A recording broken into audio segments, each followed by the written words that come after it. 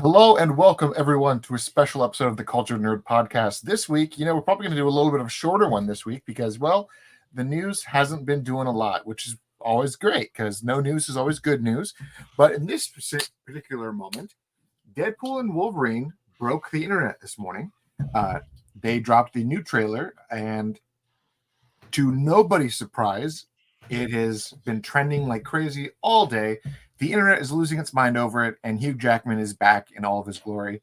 And there's a lot of F-bombs in that trailer. So a lot of people were not expecting to see Wolverine say the F word more times in one trailer than he did the entire X-Men franchise, which was still a lot of fun. But we're going to talk about this trailer. We're going to have a little fun with it. And, instead of just listening to me yammer on about it, let's just get right into it.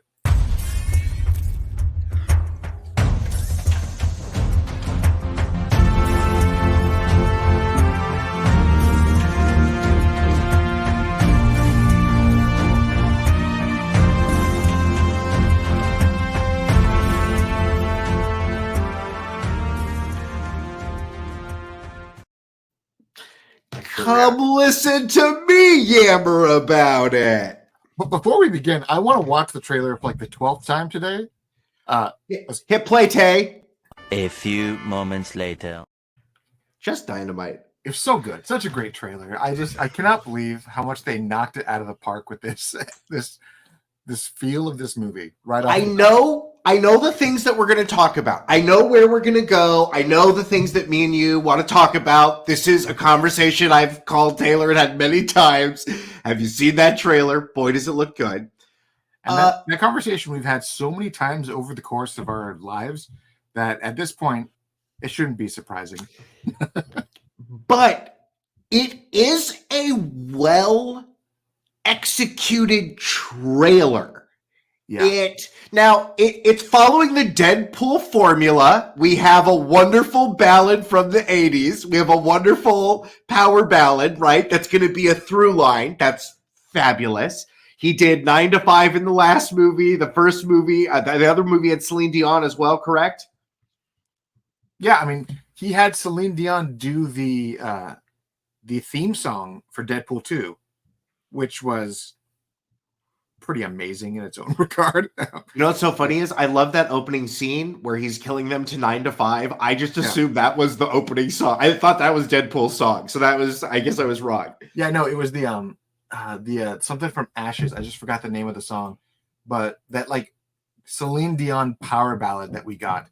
But this trailer was cut in the similar fashion to an 80s power ballad of Like a Prayer by Madonna, but there was a slight little like modern twist to the song, which was a lot of fun. But now one of the things that I keep seeing going around is like, does this save the MCU? Let's leave that for the last sentence of this, right? We'll build up to that. This trailer is for cinema viewers, people that have watched Deadpool on the movie screens and Wolverine on the movie screens. The teaser trailer was showing people TVA. If people aren't watching those shows, even though Loki's more popular, people don't know about them. And I thought it was a very interesting move to like, all of a sudden, like, I was like, what's the stuff that people want to see? This was the trailer of all the stuff people want to see. Yeah. But I want to talk about some of the funnier Easter eggs. Like, I mean, this trailer had a lot of great ones. I mean, obviously, there's that last bit at the end where Blind Al and him are like, let's do some coke. And he's like, but Feige won't let me do it. So he's making a jab that they're rated R, but they can't do coke because that's too rated R for what Disney will allow them to do. Which I thought that was pretty funny in itself. That was a pretty great gag at the end. But one of my favorite gags is in this shot where the Madonna starts playing. In the background, behind Wolverine, it says, Lightfield, just feet. And I'll zoom it in for you. The joke behind that is probably one of the best gags that I've seen in a long time. Is that, let's see. Yeah, there we go. Rob Liefeld is the creator of Deadpool, but is notoriously bad at drawing feet. So bad that every character he draws feet for, it's just like, here's like an oblong shape that could be a foot, but it's not really a foot. It's such a funny gag that they're just throwing more shade at him, even though he's been cameoed in every one of the movies, and they keep making fun of the fact that he can't draw feet. Art is art. I don't care about the feet. Obviously, Deadpool, there is something about that original art. Like, we don't need to argue why Deadpool's cool. I don't worry about feet. Nobody cares about feet. Quentin Tarantino cares about feet. I don't. Very much cares about feet. But I want to just address the elephant. I mean, it's so hard to not. Let me just, there's right off the bat, I wanted to show you that if you go into the Google and you just type in Rob Liefeld feet, he has just, there's people that just drawing like so many things about how like weird he draws feet. They're like, this guy cannot draw feet. Like, look at this. But none of these pictures, look, hold on. But also click on that X-Men cover. Which one? No, go down. Scroll the purple one in the middle.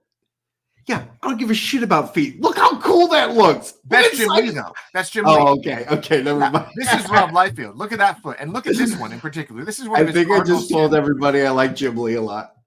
This is one of the cardinal sin feats. If you look at this photo, and I can't zoom it in even bigger, oh, Taylor, it's awful. Jubilee's foot is aiming the wrong direction. Yeah. Like, he draws feet so weird. But that doesn't bother me. That triangle foot doesn't bother me. Look at that foot. That looks like a suction cup, not a foot. Look at Deadpool. I mean, look at Deathstroke. That's a suction cup, not a foot. But it looks fine. He just can't draw feet. And that's the ongoing joke. They even made the same joke about him not being able to draw hands and feet in Deadpool 2. When Domino was saying that she's got lucky powers, he makes him jab at like that. It's just as bad as being able to not draw feet. And like he made that jab again. Okay, so now let's just start gushing about the trailer. Is this the Deadpool from the other I felt like this is a Deadpool who's aware that he is Deadpool, but like was not a part of those other Deadpool movies. No, this is still the same Deadpool from Deadpool 1 and 2. Because really? This movie starts because the TVA takes him, because after Deadpool 2, he takes Cable's time travel device and brings all of his dead friends back to life. So this is a direct continuation of him screwing with time. Understood. Because I was like, oh, okay, this is obviously a different universe where this Deadpool looks like this person and is a golf guy, and they're gonna like turn him into Deadpool again. No, this is 100% that same Deadpool. And I went back and watched that TVA. Yeah, I mean, that the fact that we're now playing with dimensionality, it means that the story is going to be, I feel like we're going to get the story that we wanted with Doctor Strange. Yes. Like the thing that everyone was like, let's see them in different places. That's what we're going to see. Also, I have to ask you, is that bald person a lady Xavier, a bad Xavier lady? That's his sister. That's whose sister? That's Professor X's sister. That's what I thought. Okay. All right. I'll pull it up for you because the character you're speaking of is the bald chick by the name of Cassandra Nova. She was a major player in the X-Men comics. She is her brother Charles Xavier. Like she's related to the whole terrible dynamic of the Xavier family. So you could also argue that she's the actual blood sibling to Charles, while their asshole older stepbrother is Juggernaut. Like I was about to say, you can't lose Juggernaut. The Juggernaut is related to Charles or Professor Xavier. It's crazy. But she has been a part of the Shi'ar Empire. She's been part of the Hellfire Club, the Marauders. She's bald. Like that's just a big thing. She has no hair at all, no matter what, like any variation of her. But she essentially is like the antithesis of Professor X. Like Taylor, she's just. I want to look at you. This space angle is absolutely why you need Scott Summers in the MCU. Cyclops' whole family lives in space. His whole family is in space, and then they come to Earth and they do fun missions.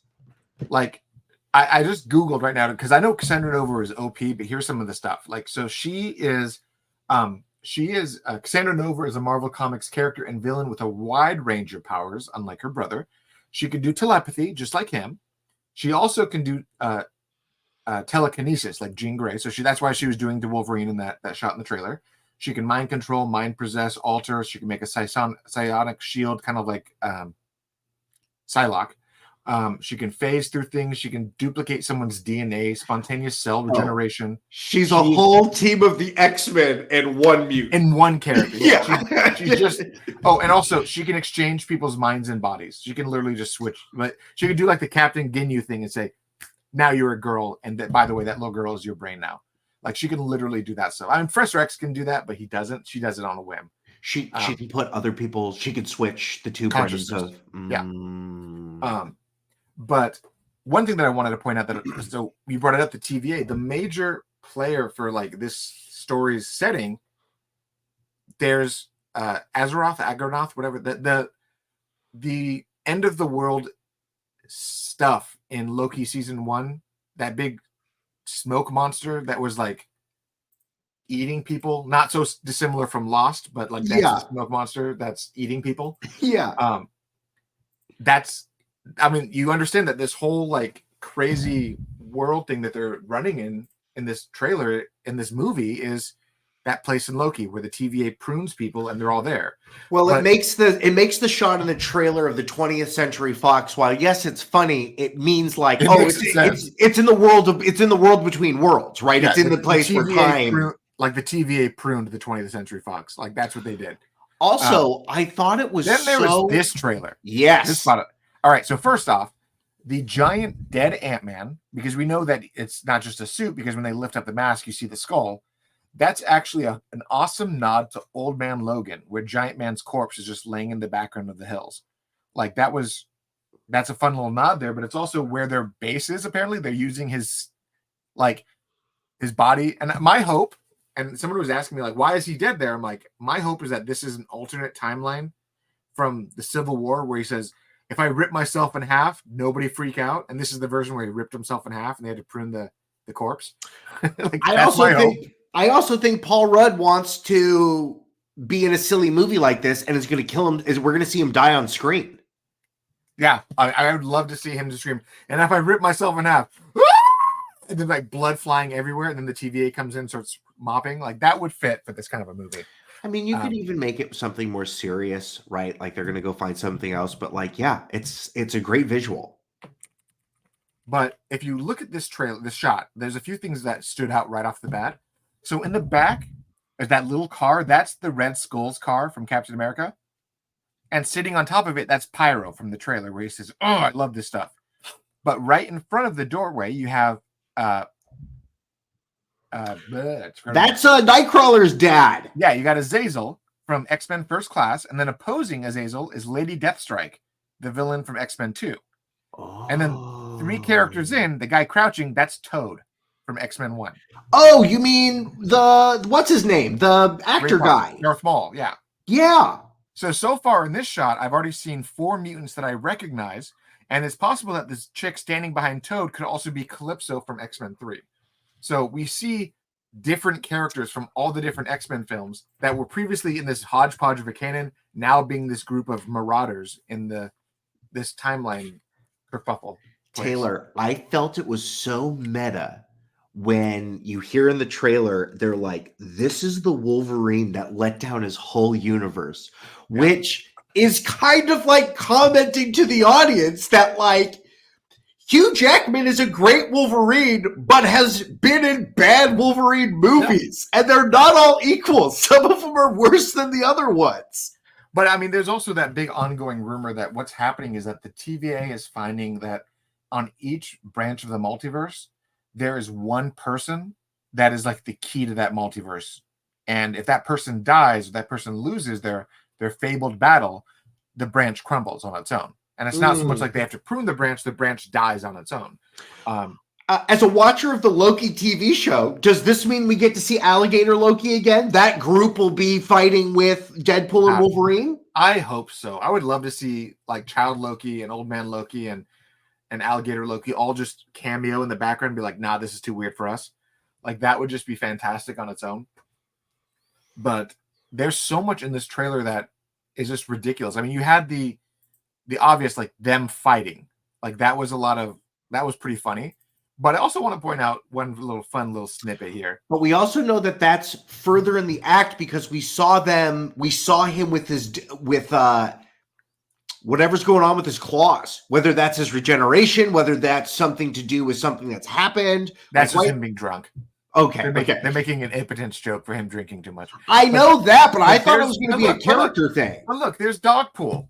Dogpool. So we already know that Dogpool, Lady Deadpool, Headpool, all of those characters are going to appear, but we actually saw Dogpool on screen with his little Dogpool booties and his little outfit, and he looks ugly as hell. You're so good, Taylor. You're so good with these eyes. I just saw a tiny dog in the scene. It was like, oh yeah, it's funny. That's he's commenting on the things he wants to do.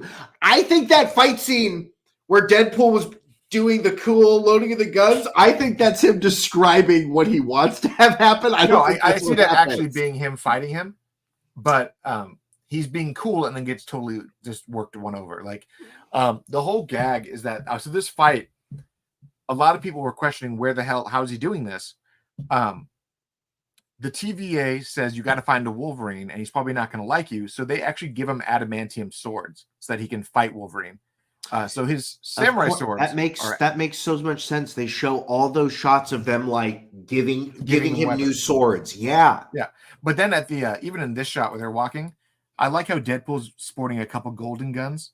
So I don't know where he gets the golden guns, but he's got golden guns now. So Taylor, if this is the Wolverine that he gets, do you think we see another Wolverine on screen? There's supposed to be like 3 or 4 cameos of different actors playing Wolverine. Now, will any it won't just one of them should just be Hugh Jackman one will be Hugh Jackman, but there's also supposed to be one played by Daniel Radcliffe and another funny cameo as well. So the big rumor is that one of the Deadpool Wolverine cameos is actually Henry Cavill dressed as Wolverine. Now, why is this like Deadpool is funny? But why are we so excited about this one when like the Thor comedies, this is kind of like the Thor comedy movies, right? Well, I think the bigger thing is that this movie is meant to actually bridge in the X-Men franchise into the MCU. They're going to explain how the X-Men franchise exists, the MCU canon. They're going to explain where the branches existed, everything that was canon. The whole Fox universe is finally going to be brought into the MCU in some variation of canon. And then with this, I mean, you already know that Deadpool is always refugees are. So you're telling me refugees from that universe are going to be handpicked like an NBA team and brought to the MCU? Yeah, but you're allowed to sell merchandise again. Yeah, so they're going to have a lot of fun with this. I mean, there's supposed to also be an Elektra cameo, and Jennifer Garner is going to come back as Elektra to be in this alternate end of world kind of a things. But we already know that there's so much going on with this movie that, I mean, Paul Rudd being a cameo is kind of a given. You saw the dead body. You were gonna see some sort of flashback. We saw the TVA showing him videos of like the other member of the Avengers doing their thing. But apparently a couple weeks ago at CinemaCon, they showed a video of Thor screaming at the heavens saying, "Why, Wade, why did you die?" holding a dead body of Deadpool. So like you already know that Chris Hemsworth filmed some sort of cameo for this movie because they already showed it to audiences a few weeks ago at CinemaCon. I wonder as well, Ryan Reynolds gets a lot of really great performances out of people. And I wonder if he is making them do scenes with him or if they're doing scenes to a wall. I wonder what that process looks like. Because, I mean, why am I hearing when people talk, this isn't Deadpool 3? Why do Because what they actually said that this isn't Deadpool 3 as much as it is Deadpool 3, X-Men 5, Wolverine, Logan 2. It's meant to be the continuation of the entirety of the Foxverse.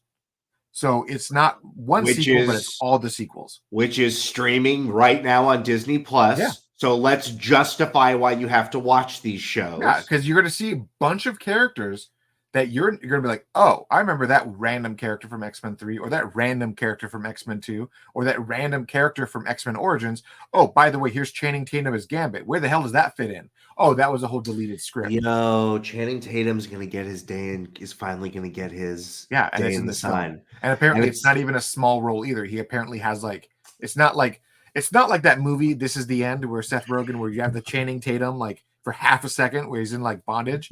This is going to be like him actually as Gambit in a scene with more than one scene to it. Like Well, it's actually full on. they just killed him in X-Men 97. They did, and they're gonna bring another Gambit in this. But you also got Daphne Keene coming back as an older X-23 who's also supposed to be in costume.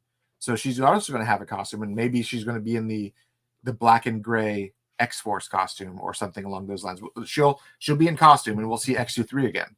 So this is not meant to be like you're going to see remnants of all the different timelines, and maybe like one or two representatives of each of those different weird Fox canons.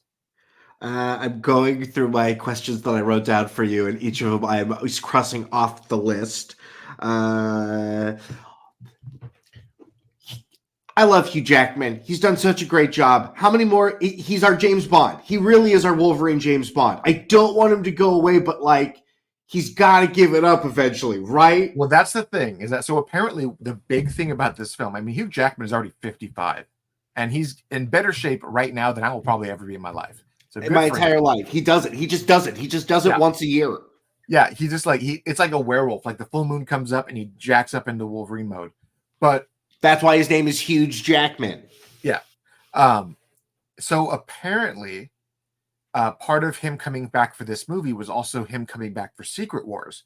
And there was a rumor behind the scenes that he only agreed to do this. Yeah. Hell yeah. He only agreed to do it if he got 3 films. No, he only agreed to do this if he could share a screen with certain actors.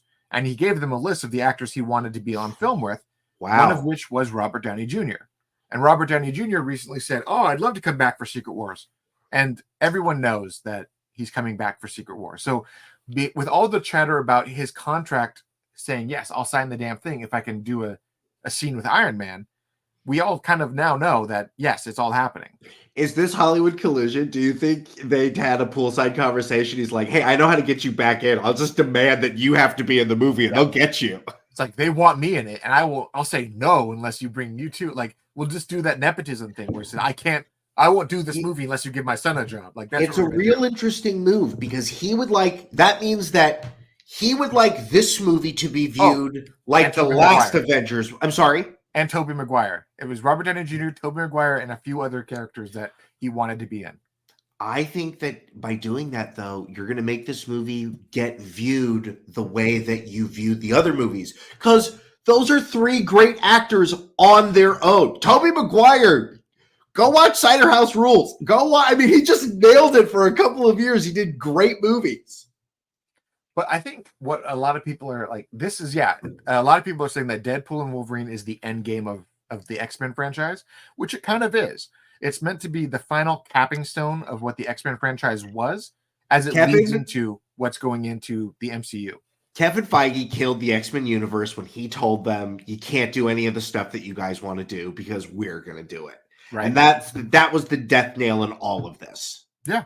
And it's such a frustrating thing because both studios, they went to court over all these things that they had like the gray area down the middle. And then you saw that like we had a Quicksilver in both the X-Men franchise and the Avengers franchise. But because they didn't want to share these characters, Kevin Feige killed off his Quicksilver and they just kept going with Quicksilver in the First Class universe. But then the First Class universe never used Scarlet Witch because they didn't want to fight with them even more about that. Yeah, and it was really nice of the Scarlet Witch show to give the nod to Ralph Boner. Yeah, this person that should have absolutely been part of this triangle, but just couldn't do, they couldn't make it happen. So there's so many different things that they fought over, especially like the Skrulls, like X-Men Dark Phoenix could have been an amazing film if Marvel didn't screw up the Phoenix stuff. I mean, didn't tell them that they couldn't use Skrulls. Because I will argue to this day that whatever you say about Dark Phoenix, that train fight was one of the best fights in X-Men franchise. Magneto going to town on those guys was amazing. And when you talk about comic book strips being put on the movie scene, there's a scene where like a wall is imploded and Xavier's standing at the top of a staircase and like it's like, this is the comic book brought to life. Yeah. That movie, it had all its faults. It had all its cutouts and all the things that they took out of that movie, and they muddled the plot by saying you can't call these people Skrulls, cut out all that backstory. and then change it with some weird reshoots. But that's still that train scene. So damn good. Now, the Apocalypse movie was awful. Awful. So awful. But the movies with Jennifer Lawrence were all pretty good. But that was one of them. That was one of them. But that was one of them. They started better. It's crazy that I forgot she was in it. Days of Future Past is pretty good. The road cut is better. Way better. Give that one a watch if you haven't, because it adds like another 20 minutes to it, and the movie looks absolutely amazing. First Class was First great. Class is still my favorite one. Like, so damn good across the board. That scene with Michael Fassbender at the bar was when he's hunting down the three Nazis that were like, let's have a beer, and he's like, yeah, of course. That was one of the greatest scenes that I've seen in an X-Men franchise, where he's like, I don't have a name. It was taken from me by you people. Kill. And I'm like, oh my God, so good. It's such a powerful scene. It's sad that we don't see more. I mean, I guess we don't have those characters, right? Oh, Taylor, does Punisher show up in this? Is there any chance that they are like, hey, let's give a nod to all the TV shows because we want to bump those numbers up? Well, I mean, Punisher's in the new Daredevil Born Again show. I know, but I'm saying, is there any chance? Right, but now that we know that, is there any chance that Punisher shows up in this Deadpool movie? I would love it if they did, but wasn't Punisher not Fox? It's not. I mean, I don't know. Why wouldn't you not use this to also justify the Netflix stuff? Well, I mean, it's already the Netflix stuff is already canon because of Daredevil Born Again. Like, they don't need this movie to. This is only for the Fox side of things. Probably, yeah. I don't see them bringing Thomas Jane back. It would be cool though, but I don't see them doing that, to be honest. So then is Deadpool? Lionsgate made Punisher. Is Deadpool then also going to be in this event? Yeah, it has to be in this Secret War. Yeah, he is. Apparently, word behind the scenes is that this is the last Deadpool movie, but he is going to appear in Secret Wars. And that's what it says at the end of the at the very, very end. It says the Deadpool and Wolverine will return in Secret Wars. Yeah, they'll probably do that. But this is the movie that's going to actually explain the multiverse stuff and kind of like explain why this is all relevant and how important this all is for going forward. Because this will be the first convergence kind of a situation where these universes are fighting for their survival because things have gone wrong, and here we are. And that's what we're building towards, right? Then the Secret War is going to be one of these convergence situations. That's what people are like. Oh, the trailer showed that Deadpool is now fighting for the TVA because he wants the TVA not to prune his timeline. No, so the timelines are collapsing on their own, and he's trying to make sure his timeline doesn't die. That's why he's looking the help of Wolverine. But then again, it's like, are people watching these other shows? Because that is kind of what's going on. We know that, and we saw Loki basically holding all that together.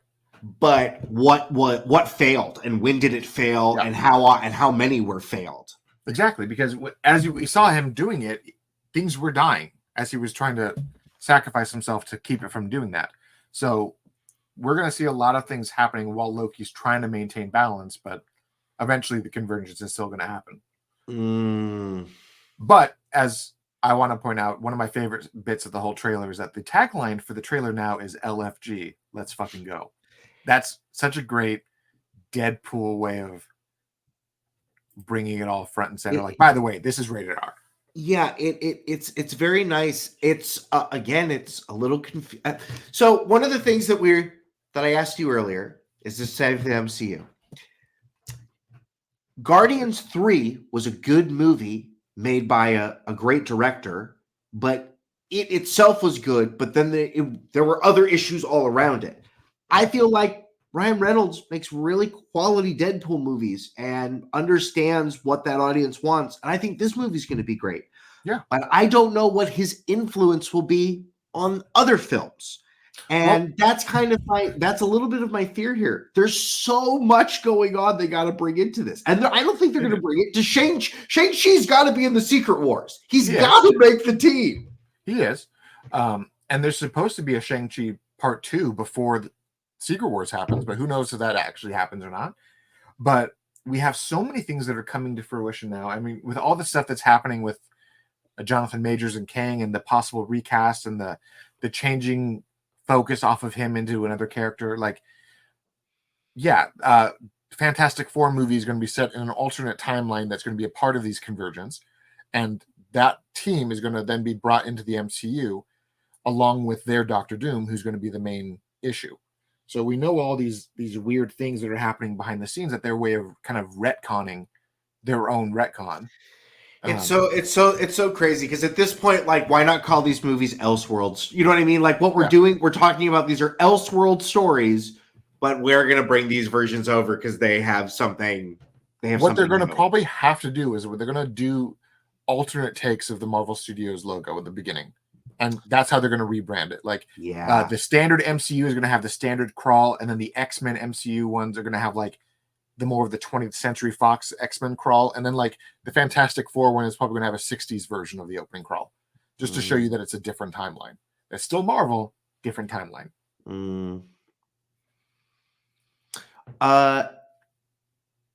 Does Doctor Strange show up in this, or is he in space with, or is he in space with Charlize Theron?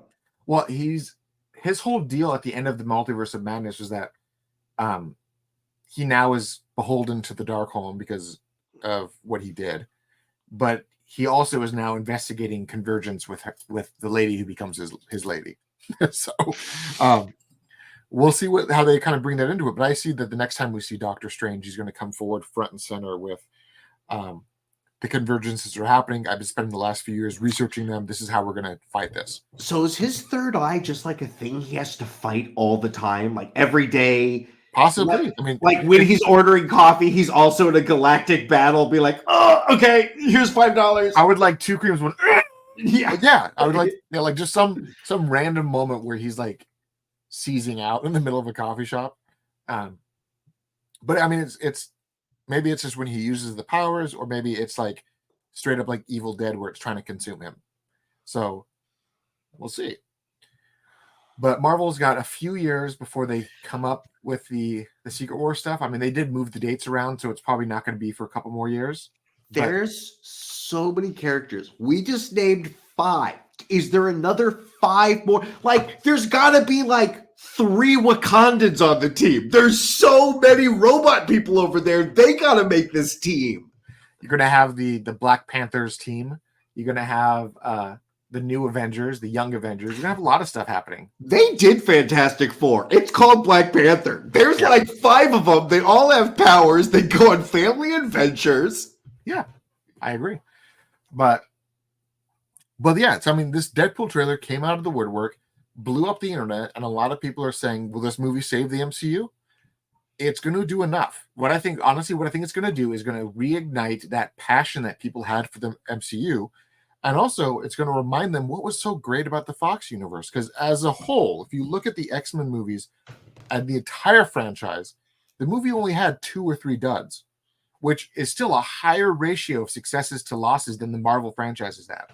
I think maybe that's a show that we do. X-Men movie, yay or nay. And we'll go through. Most of them are yays.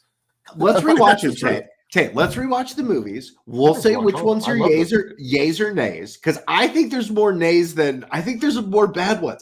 X-Men 3 was not good. Okay, X-Men 3, Wolverine. Wolverine's not good. X-Men Apocalypse. Those are the only 3 that I'm like, oh, these suck. Okay. First Class was good. Okay. First Class was good.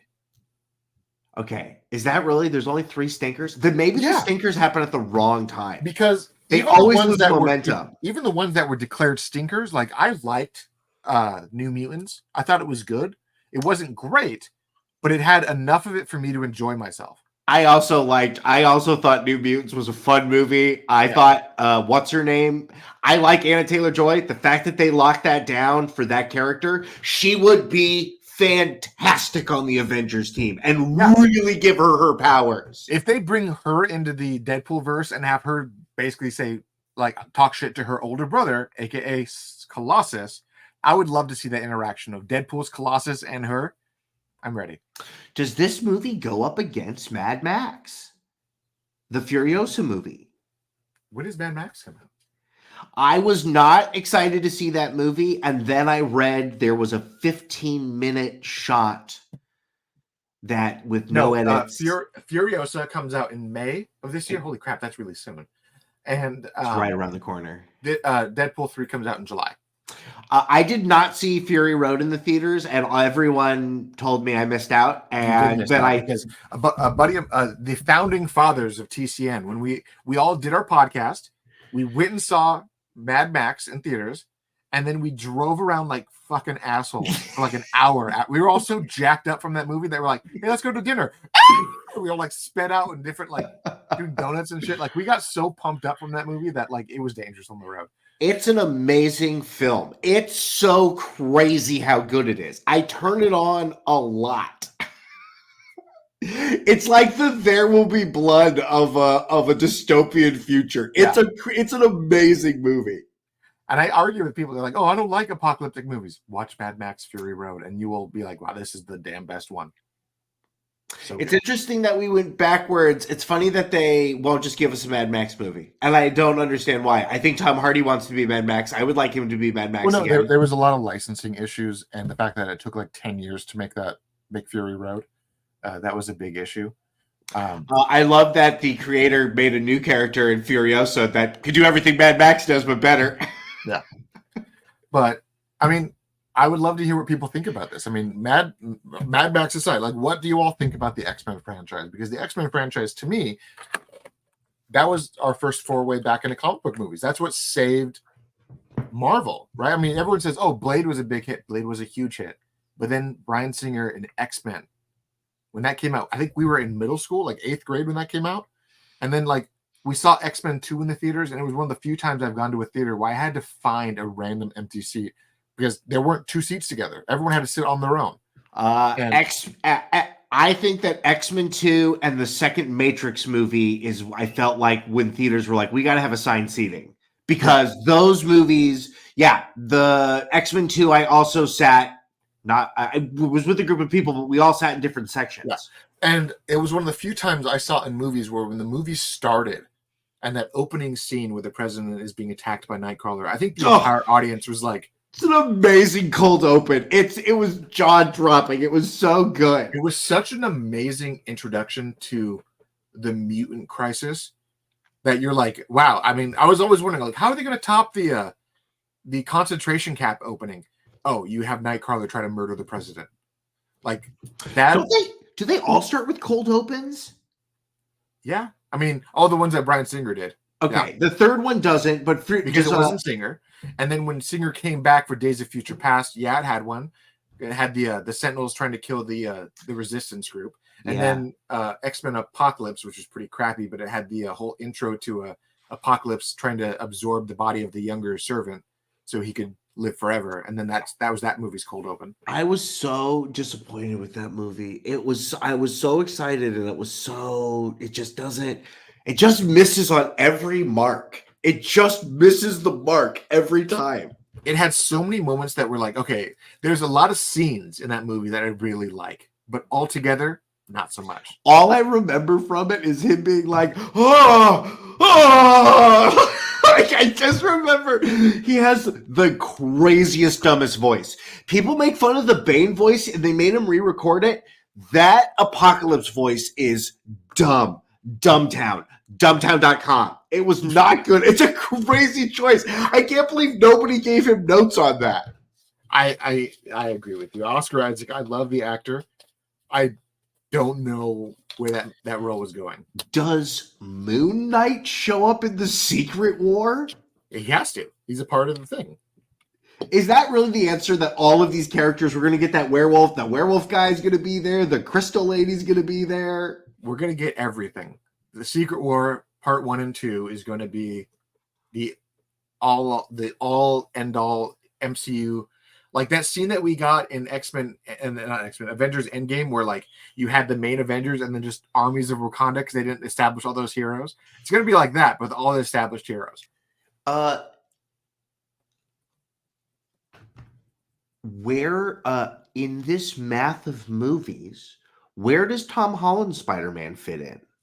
Or does it? He does. Tom Holland has actually said that he wants to do Spider-Man 4. He's signing on as a producer to help make it happen.